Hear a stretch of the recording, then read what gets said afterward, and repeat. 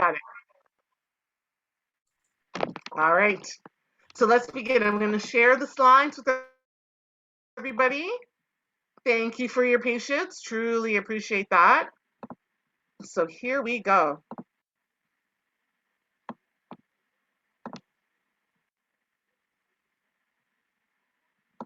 Why did it stop? Hold on.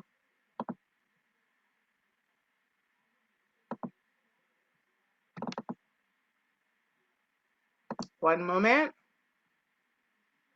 Don't know why my computer's acting up. All right.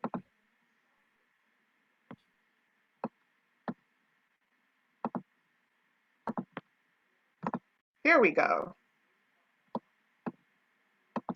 Let's view our slideshow for the beginning, and then we'll go from there.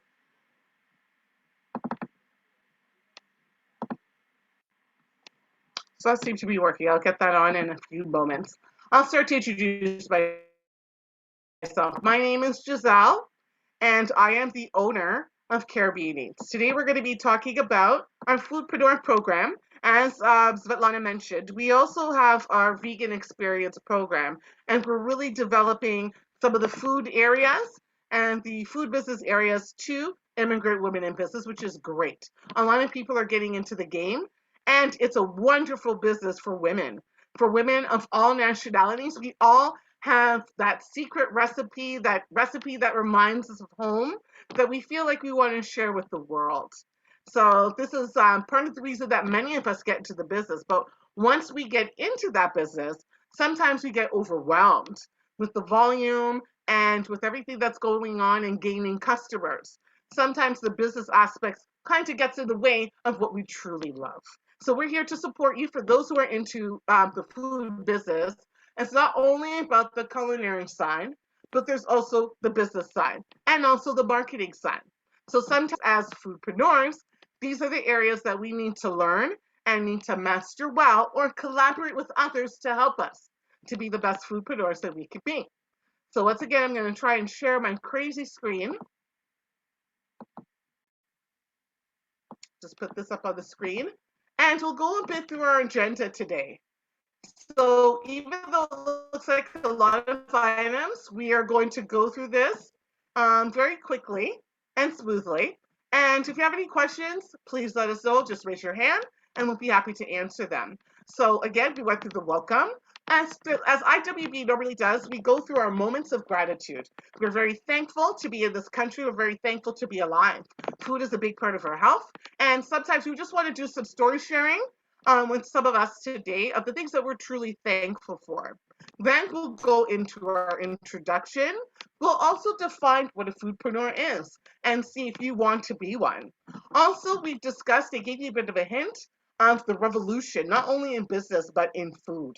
So we definitely want to go over some key stats that are redefining the industry and seeing how we can place ourselves within that marketplace. And so what we're going to talk about a new program with the Peele College of Professional Studies who's on the line.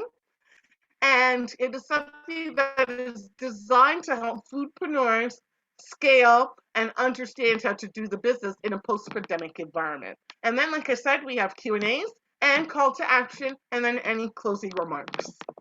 Any questions so far? No? Well, here we go. Does anybody have anything that they truly want to share? Just 30 seconds, 45 minutes of what they're truly thankful for. And IWB, we're very, very happy people. We live out loud. And we want to make sure that when we're doing business, we're happy with what we're doing. We do things with passion, we do things with excellence, and we do things collaboratively. We're here to share, and we're here to support and help. I'm truly thankful for being alive and to be in business. I think it's a golden opportunity that we have in this time, this very technological time. There was a time when I was very sick. So I'm coming into the food and health industry from a place of disease. And so is to make sure that we eat, but eat healthy, to make sure that food is accessible to everybody, and so that that we know how to eat.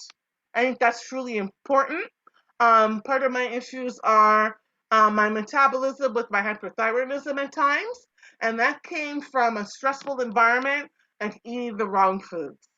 So through business, I'm hoping to collaborate with others and showcase how we can have a variety of food in our diet, as well as share their gratitude moments. What are you grateful for? Family and friends. Family and friends. Very good. Anyone else? And being able to interact with them, coming back together. Anyone else? Opportunity. What are you grateful for? Opportunities. Opportunity. What does that mean to you? What opportunities do you have? And what does that mean to you? Excitement. Growth. Giving back. Love it. We want one more. One more. Just Okay, let me Abby, let's know go. what you're thankful for. Let's pick on Abby. And your hopes for the future. Anyone? We have friends, we have health, we have opportunity. Life. I'm grateful for life in general. Grateful for life in general. Definitely. And as we go through this presentation and you continue to participate with IWB, you will definitely find tons of ways to feel grateful and to feel grateful every day just to be alive, like people are saying, family and friends, being able to produce, that's why we're here, to live a purposeful life, and to take advantage of opportunities. There are a lot of opportunities in Canada, part of which is because we're a very technological country. We're one of the countries that use the highest form of internet and technology in the world. We also have a lot of resources here. Because we live in a very multicultural environment, first world country that interacts with the world, there are a lot of opportunities to bring new businesses here and outside of Canada. So not only think local, but also think global. There's a great opportunity, not only online, but also through connected business. I think Svetlana mentioned one in terms of China. China, India, South Asia, very big markets. Africa is another big market. So depending on your business and how you like to scale your business, there are opportunities that you through the Immigrant Women in Business Network. Now, in particular, we're going to move into food because food is definitely a global business, and food is something that everyone interacts with, whether we are a consumer, whether we are a producer, whether we are a grower. It's for us that are involved in food to understand that supply chain and to understand the requirements on eating good food. It's not just creating food. It's not just taking a picture of food and posting it online. There are some regulations involved with food. There's also some cost strategies with food as well. I think a big buzzword that's going on is that food is becoming more and more what? Expensive. We are suffering, we're going through a cycle of inflation, and this is affecting food dramatically. So these are some things, especially if you're on the business end of things, that you need to be very cognizant of. And we also have to evaluate, is the old model working? What is that old model? Does anybody here have a restaurant or takeout environment who's actually participating in a food business right now? Can I see your electronic hands? Anyone? I know there's some people here who are on behalf of others. So if you are, or even like I said, if you're a consumer, notice some of the trends. So the normal business model is for you to have a takeout environment, your restaurant, you walk in, you sit down, someone serves you, you give a tip, pay, leave, right? Is that what we're doing, like I said, since the post-pandemic? Have you noticed any changes? Now, you can see overall, food and beverage, food and hospitality, those industries get very affected person experiences, that business gets compromised very quickly. So basically, as you can see, a lot of restaurants closed down, approximately 5,000 in Toronto, and over 10,000 overall in Canada. And that's restaurants closed. The other ones that stayed in the game and were able to do something that we call pivot, they were able to change something called their business model. Is everybody familiar with the business model? A business model is a way of doing things. It's a strategic way of conducting business. And most, especially some of the larger food-based businesses, were able to pivot and provide technologies through automation. We're able to transfer online a lot quicker, and we're able to deliver from point A to point B their products and services to the end user. Now let's go into this crazy word that we've developed. A lot of industries always add on a word to the word preneur. But what exactly is a foodpreneur? Does anybody want to take a stab at that? What is a foodpreneur?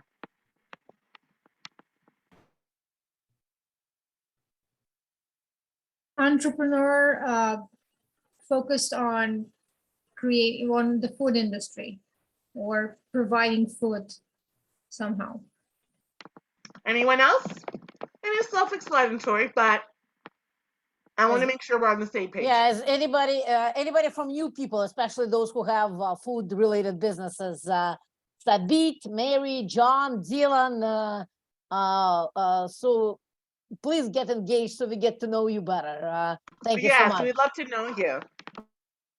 Anybody, just take a stab at defining foodpreneur. What does that mean to you? What is it? Okay, Dylan, let's go. What's foodpreneur? John, we have a gentleman here with us on the line. Mary, what's foodpreneur? Okay, can I say? Yes, please. Okay, thank you. So I think foodpreneur is an entrepreneur who is working or focusing in food businesses. Excellent. So thank you, Sabit. Sabit, nice to meet you. Do you have currently food business? Currently, my business are online businesses. I don't have a store. But you sell food. Yeah, so I have What a coffee store. In terms of food? Is it a food product or it's is a it coffee cuisine store. based? Oh, coffee store. Yeah, it's a coffee store platform. Oh, coffee store. Coffee Yeah. store. Talking about coffee. Sabit, if anybody has the website, can you please share with us? Thank you, Sabit. Now we know what you do. See? Thank you. Thank you. Anybody else would like to share? This is it. This is your moment to shine. And this is part of the thing of being in the food business. You have to be able to sell yourself and let others know what you do. We'll take one more. Foodpreneur. Are you a foodpreneur? That's the question. One more. What does a foodpreneur mean to you, and what business are you in? Anybody else? I'll give you 5 more seconds to respond. Jay, are you a foodpreneur? No, Svetlana, I am not a foodpreneur, but I do that's enjoy fruits in my garden. Yeah, so yeah, I'm an entrepreneur helping the fruitpreneurs and all the other people with their marketing and stuff. Beautiful. Beautiful. We need you. Yes. We so need you. Jay is an influencer in the community, does community events, networking events, and helping businesses grow through his digital marketing expertise and the power of connection. He's he's our brother. Yes. He's our brother immigrant. Thank you for joining, Jay. Thank you. We appreciate that. Thank you, Svetlana. Let's get your garden big so we Let's can get your garden make some growing money. full of many, many flowers and plants. Thank you so much. Thank you. All of you are right. It's a very self-explanatory word, but it's just to get us speaking about what we do and to kind of consider ourselves as foodpreneurs. Foodpreneurs are not only entrepreneurs. Entrepreneurs are people who know a little bit about everything, right? But we don't have to necessarily do everything. But we have to be aware of our businesses and how each aspect of our business grow properly. So that's what a foodpreneur is. So when you're into the food industry, there's so many components. There's that supply chain in terms of where are you getting your food from? How are you manufacturing your food? How are you labeling your food?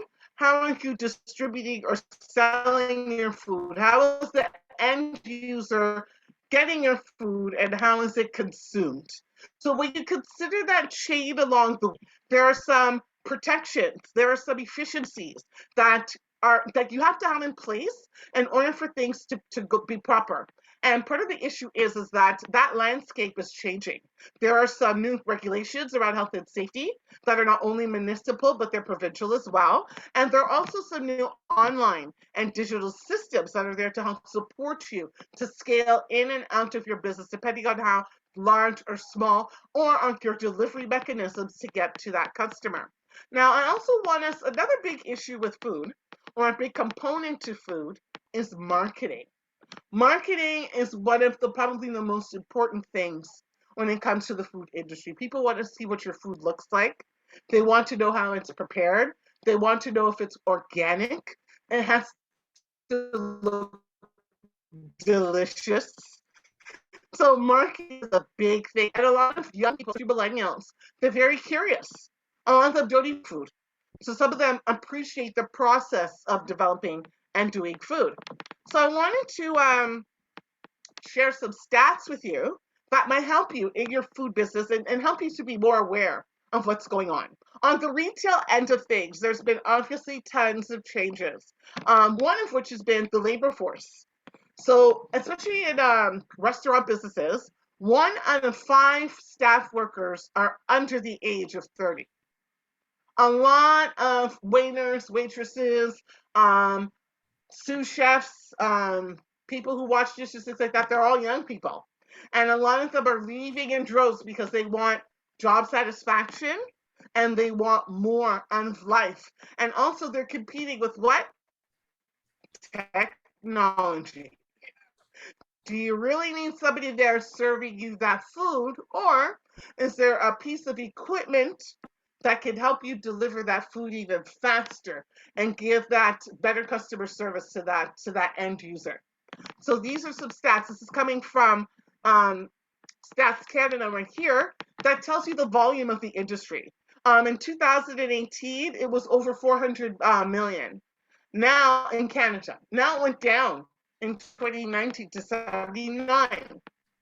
The industry was in transition. Now it's on a complete. Some of our consumers and some of the impacts. So obviously, one of the major impacts is the food delivery market. So obviously, where you're looking at Uber Eats, you're looking at DoorDash, you're looking at Skip the Dishes. Those have greatly impacted how people receive their food. So here are some stats for you to keep in mind and see how they relate to your business. So number one, the food delivery market is projected $8 billion by 2027. The average spend is $32 per order, just so you know. So you see that the cost of a meal has gone up, okay? Significantly because there's other people in that chain. Around 31% of Canadians prefer curbside pickups. And this also includes groceries. So as you can tell, when you go to Walmart, blah, blah, some of those places, they have curbside pickup for groceries as well. Food orders. Look at this. This is the delivery channels grew by 36%. One of the most interesting stats that I'm finding is right here. People don't like to pay delivery fees. Okay? Now, if you are in the food business, you will recognize that Uber Eats, does anybody know how much Uber Eats, DoorDash, and Skip the Dishes, what they take? What is their service fee? Anyone knows? I'll tell you. It is 25 to 30% per order. Just so you know. Just so you know. So that's something that you have to integrate and factor into your costs. And the last thing, 50% of restaurants will likely adopt contactless delivery and pickup options permanently into their operation. So what are we learning from these stats? We're learning that the impact of technology is a reality and will be a staple for food businesses going forward. That's what I want you to appreciate from these stats. And that will also show you that there's a bigger demand for business people, for foodpreneurs, to be tech savvy. You have to understand the business solutions as well as some of the tools that you need to make your business flow quickly and to stay in demand competitively. So with that being said, myself and the Peele College of Professional Studies has designed a course just for you, for entrepreneurs who are in the food industry but need specific support and information to scale up their business and to be successful. So we've announced our partnership last month, and we are now taking in entrepreneurs to be part of our program so that they can learn how to be a foodpreneur post-pandemic. So this here is our flyer, if you see it online, and this here is the announcement of our partnership. And so far, working with the Peele College has been amazing. They've been around for 8 years, and they're led by a doctor, and she's very passionate about women being in business. And she found value in offering this new course to entrepreneurs so that we definitely know how to enter into this new arena. A lot of times we enter into food through an employee point of view, and that's not a bad thing. But we always want to be the head and not the tail. If we have opportunities to make money for ourselves, then we should take it as women. Take it from me. One of the biggest impacts to being healthy is the economy, is having the money to be healthy, to invest in your health. And there's no other way to have the money you need to be healthy than to be a business.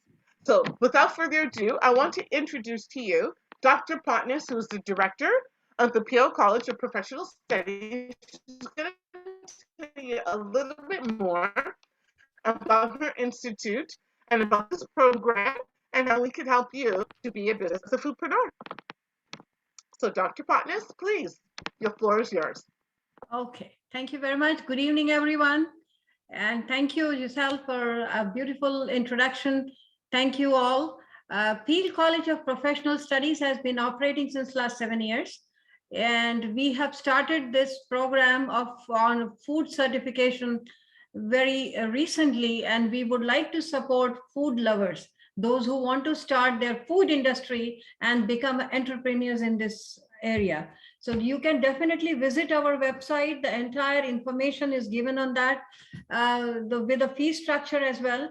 But the best part of it is that we also have financial assistance available for you. So the student, those who would like to pay fees by themselves, that is, we call them as a self-funding system. That is fine. You can pay in installments. But if you would like to take some financial help, we can definitely help you. But for that, you need to speak to us and we will help you out with financial schemes. We have many of them. Thank you. Thank you very much. And like I said, Dr. Potnis saw the importance of having this type of program because the programs that are out there, this is very unique, are mainly culinary programs. And the difference between it, and so the culinary program will review the cooking techniques. They will focus on the art and passion for cooking. Whereas our program, we work with food lovers, we work with people who already kind of mastered that culinary art. They already have their formula, they already have their food package, things like that. But it's just the business side and how to create that business plan, to understand that digital marketing, to develop your channels, make sure that your channels are in order, and how to get your customers to you. So whether you're doing it on a local level, international level, whether you're in the development phase, you haven't started yet, maybe you're in the middle, maybe you're midstream, or you're ready to launch. We're here to help you. And part of the way that we help, the first thing is knowledge, is education.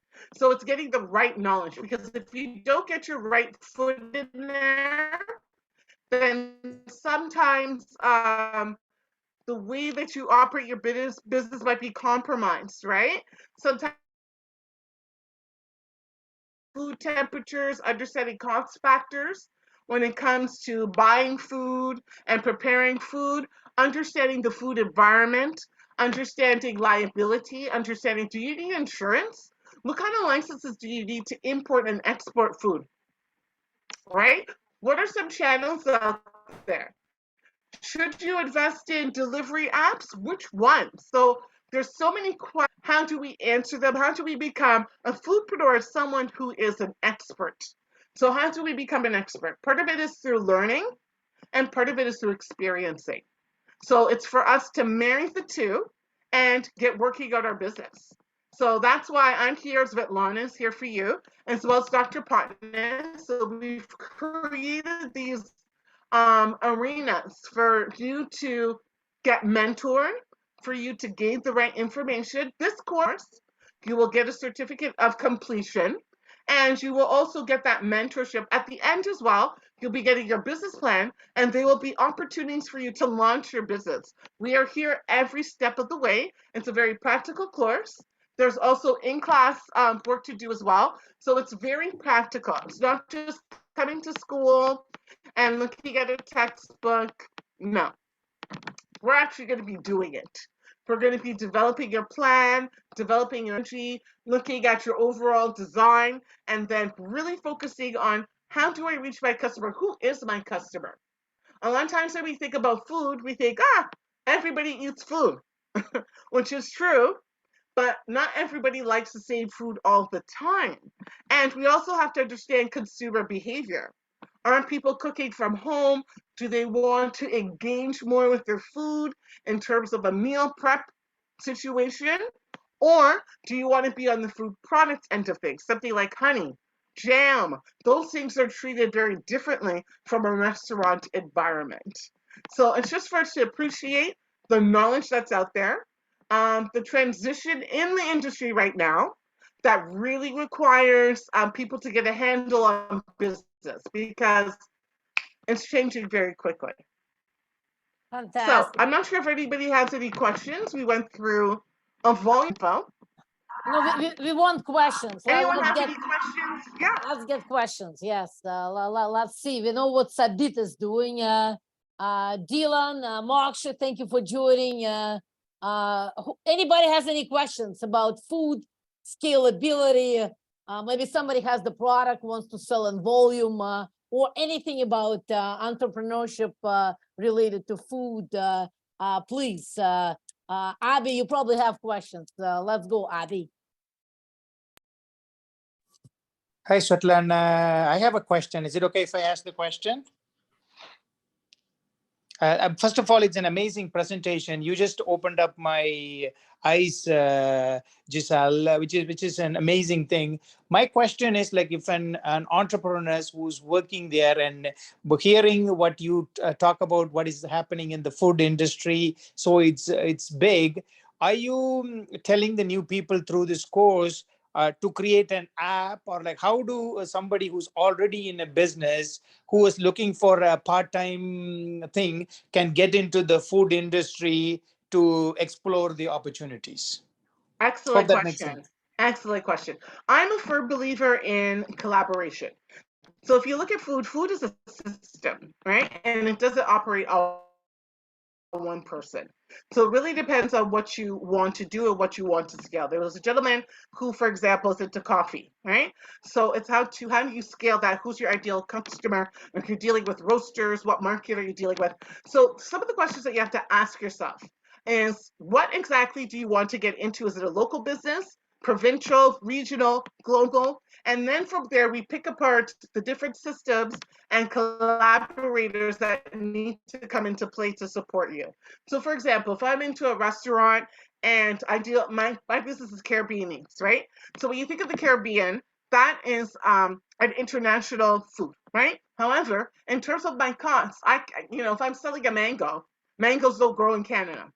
So I have to consider, am I going to partner with local distributors, importers, alongside farmers, local farmers, which is what I do, right? So sometimes you have to think of who will help me in my business. It's not just me. Sometimes when we are entrepreneurs, We think of doing everything ourselves from start to finish, but that's the fastest way to get burnt out. We have to find the right team and the right level of automation that will support us in getting our business out there. So when it comes to the marketing side, there might be more automation.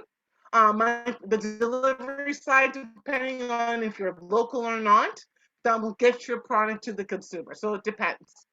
First, we evaluate what you're doing and what markets you're dealing with.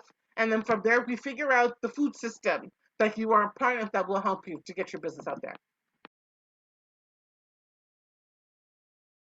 Does that help? Jay can probably give us a lesson on Yeah. all that stuff. Yes. So you deal with a lot of Amazing. foodpreneurs? Do you deal with a lot of food businesses? Yes.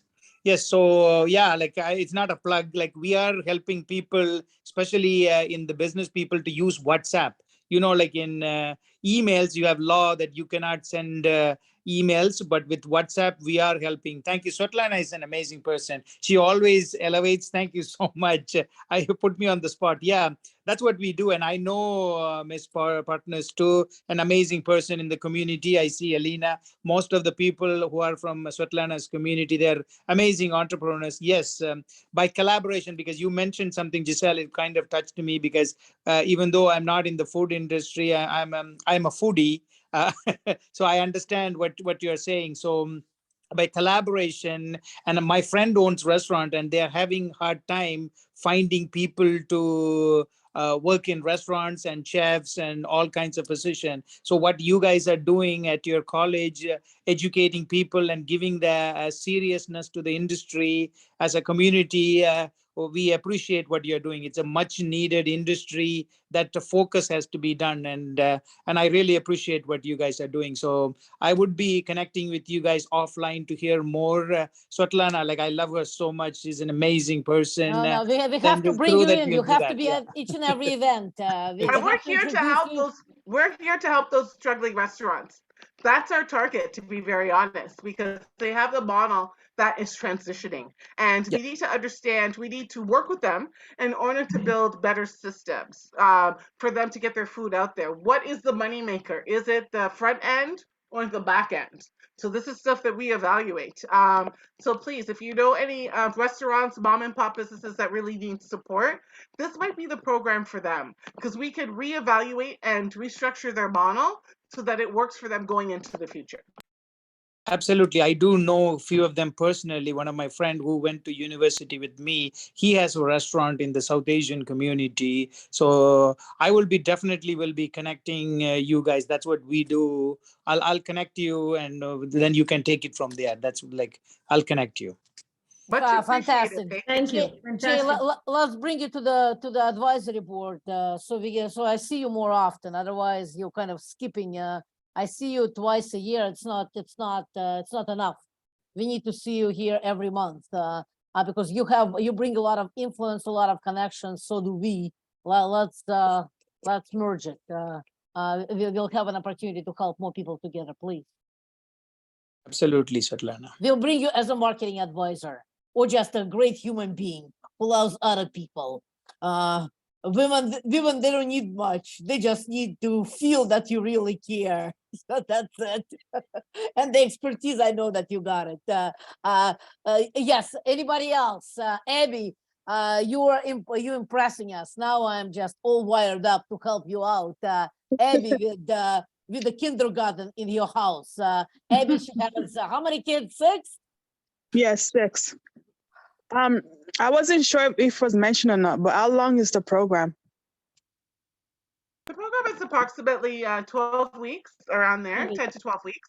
And we understand that we're working with working families. So the majority of those classes will be delivered in the evenings and on weekends. So it's customized for that. We work with a very small cohort, so we could give that level of mentorship as well. So yeah, it's a very intense, focused program so that we could scale up and get you into business as soon as we can. But we also put in that time for you to really understand what you're doing and to understand all of the components to being a foodpreneur. Okay, that's good. Does that answer your question? Yes, thank you. And veganism, like vegan foods is a big thing. Vegan options. This is very difficult because it takes a lot. So whether those vegan options are just like people just think of fruits and vegetables, but also they don't think about it as a holistic diet. So as you know, a lot of people are trying to, it depends on what aspect you're dealing with. Whether you're Mm-hmm. dealing with something that's meatless, whether you're dealing with something that, is a snack, there is a Mm-hmm. big market for vegan style food. Yes. Abby, if you can share your contact information with me, please. Are you vegan yourself? Yes, I am. I've been since 2017.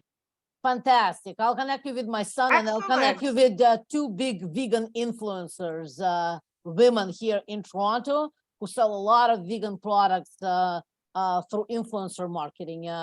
Abby, your contact information. A mother with 6 kids, you're not going anywhere from us. Okay. Your phone number there, I'll call you tomorrow morning. Thank you. Okay. Thank you. Anybody else? Mary, you were texting something there. Mary, thank you for being with us. Something about sales. Are there requirements to the program? I see that in the chat as well. The only requirements, there's not too many in terms of being over 18, being able to speak and understand English, but I mean, that's flexible. And just to be available, who are very much interested in business. So this is not for people, like I said, who are really want to be in the food business as an employee, and it's more, it will teach you a lot of business practices and calculations and things like that. So the requirements is just for you to sign up, be over 18, and have a desire to be in business. Mary, English is a second language. That's okay, as you can tell. 100% of Immigrants are people, welcome. Obviously, we are 100% of immigrant women people, in business. the Immigrants immigrants. are always welcome. And Go ahead. Yeah, English is okay, Mary. We always work around English. Passion is very important, and work ethics, and ability to work with other people with a smile, attitude. That's what's important. The rest is a beautiful journey in Canada. Thank you, Mary. I'm guessing you're part of a nonprofit organization that you're dealing with newcomers. Please make sure you connect with us on LinkedIn and have a conversation with Chitra and Giselle. Thank you, Mary, for joining us. Yes, it's a very popular business. Jay if you're dealing with newcomers, obviously, because I talked today to president of Syrian Foundation, and she's right away because that's one of their favorite businesses, right? Because they have a lot of daycare and food, kids and food. I mean, that's what they are, right? They have 3, 4, 5 kids, and they better, I mean, that's one of the only choice they have to make business out of all this, right? Because they look after kids and cook. So absolutely, remind me, so I'll connect you to the Syrian Foundation as well. So anybody else before we close, guys? Mary got it. Abby's contact information. I got everybody here. I'm copying chat here on the on a follow-up with everybody. Please, people like Andrea, who's becoming our one of the key partners because she has the same ability to network with people and connect people. Woo! I love my networkers. Jay, obviously, and young people who please, Veta is here, all the founding member team, please, let's get this program going. Let's give immigrants opportunity to make money from simple business. It's simple, but it like any business, it has to be guided properly, like anything in this country. Mentors that would guide you and direct you with sometimes simple, but still very competitive market. We live here in Canada, and you really need guidance to get you to the success. Okay, thank you so much, Giselle. You were beautiful. Before we, sorry, yeah, go ahead. Yeah. Sorry, ladies first. No, you go ahead. Oh. Okay, thank you. Before we go to the next question, Everything, either it's a business or anything, everything revolves around finance. So we have some facility for everyone where we can support you financially. So that is one of the most important aspect of our training program, that we have some funding available with us in different funding systems for that. And you don't have to pay immediately at the time, but we have all schemes. You need to speak to us, you need to meet us, and we will have a Zoom meeting or a Google Meet, whatever it is, but we will be able to help you in finances as well. So we would be happy to help you with a career in food, plus support you in financial way, in finance as well. Fantastic, thank you. Are we good to go? Mofe, yes, you wanted to mention something. Yes, Mofe, please. Yeah, sorry. I just have like a question. I'm not necessarily trying to get into the food business, although like I think I agree with everything that everyone's been saying. It is a very lucrative industry because at the end of the day, everybody eats. You have to eat to survive. But what my question is apart from like teaching like the technicalities of like just the business know-how and like being a foodpreneur, how do you not get lost in the sauce, for lack of better word, and like try to adapt? Because obviously, like you said, like things have changed since COVID happened, and like um being a business, you have to have like a unique selling point, right? Something that makes you stand out to the next food franchise or whatever the case may be.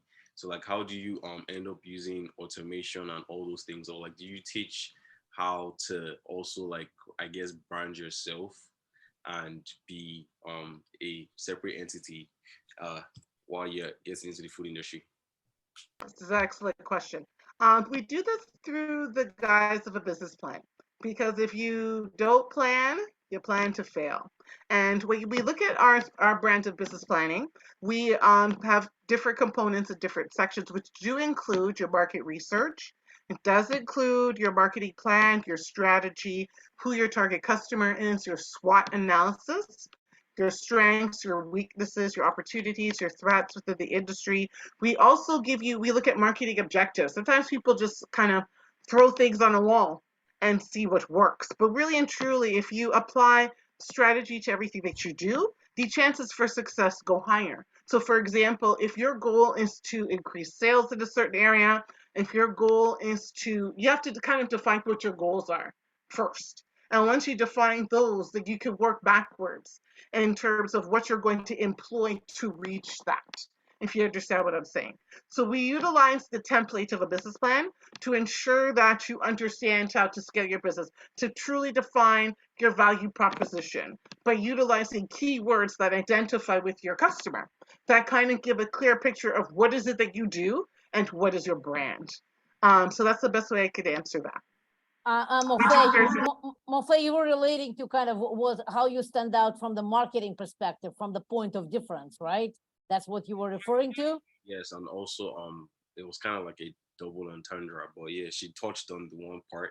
And I'm also curious because I think that it comes down to what she said, like when you determine what the outcome is or like the goal, you'll be able to like plan and like determine whatever like approach you're trying to use, which could obviously make you stand out, so to speak, determine on like yes you come up with. It's basic branding and tagline. You answered the question basically, but yeah, thank you. Yeah. It's with food, it's a little bit because we consume food, right? And even with product, I mean, and we touched in the past that even with product, that's why people will always start with goals.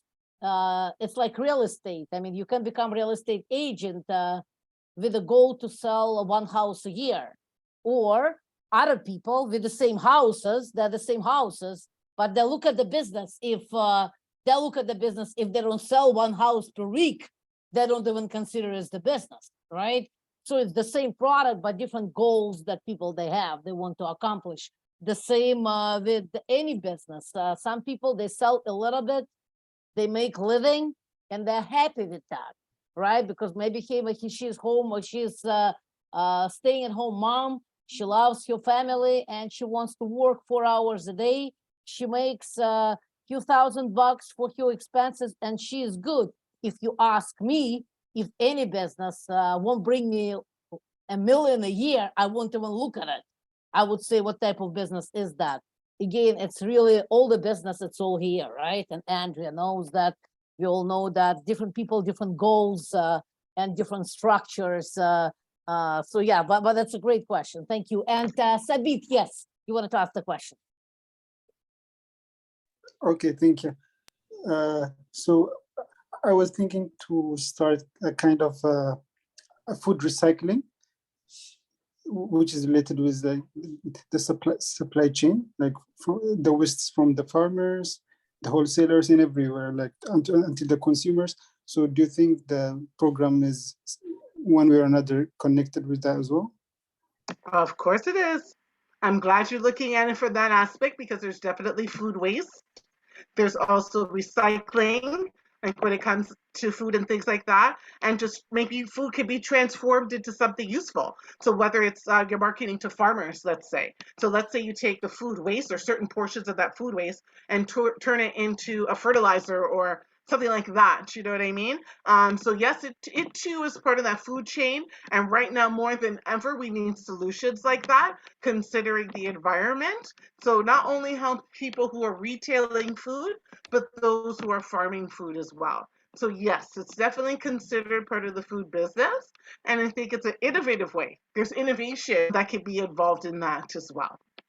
There's other businesses out there, for example, where they work with restaurants, and let's say at the end of the day, you have food left over. They work with other agencies to take that food. It's not necessarily spoiled or bad or anything like that, but it's end of day food, so it loses a bit of value. But other people might see that as a value. So that's another maybe type of businesses where you can quote unquote reuse food and to other people who would appreciate that. So it's all about your innovative thinking and what approach you're going to take, see gaps in the market and see what Svetlana says, which is opportunities to gain access to a particular market. So the answer is yes.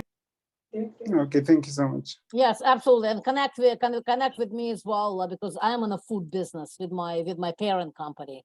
So anything recycling, actually 40% of food is being wasted in Canada and US. It's embarrassing, and that's why a lot of people, they become vegan. Probably I'll ask Abby, like my son, he became vegan because he wants to save the planet, the environment, not because he doesn't love the meat. The same with you, you under that category of ESG, sustainable development goals, saving the planet, environment is huge. You'll have a lot of support, and you'll have, I mean, that's your marketing umbrella big time. Anything you'll create there would be fantastic. And you can even partner with my parent company, okay, on that, on recycling food. Just give me ideas. Thank you so much. Anybody else? I also wanted to mention too before we go on, I typed in SMART. So I'm just predicating off of the other questions that came before.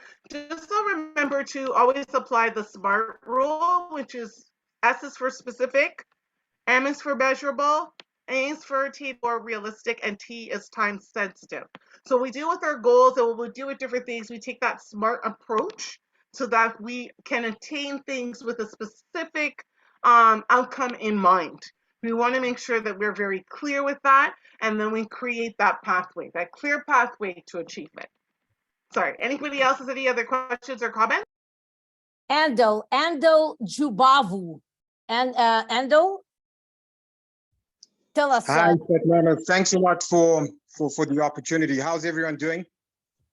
Fantastic. Good, Fantastic. Good.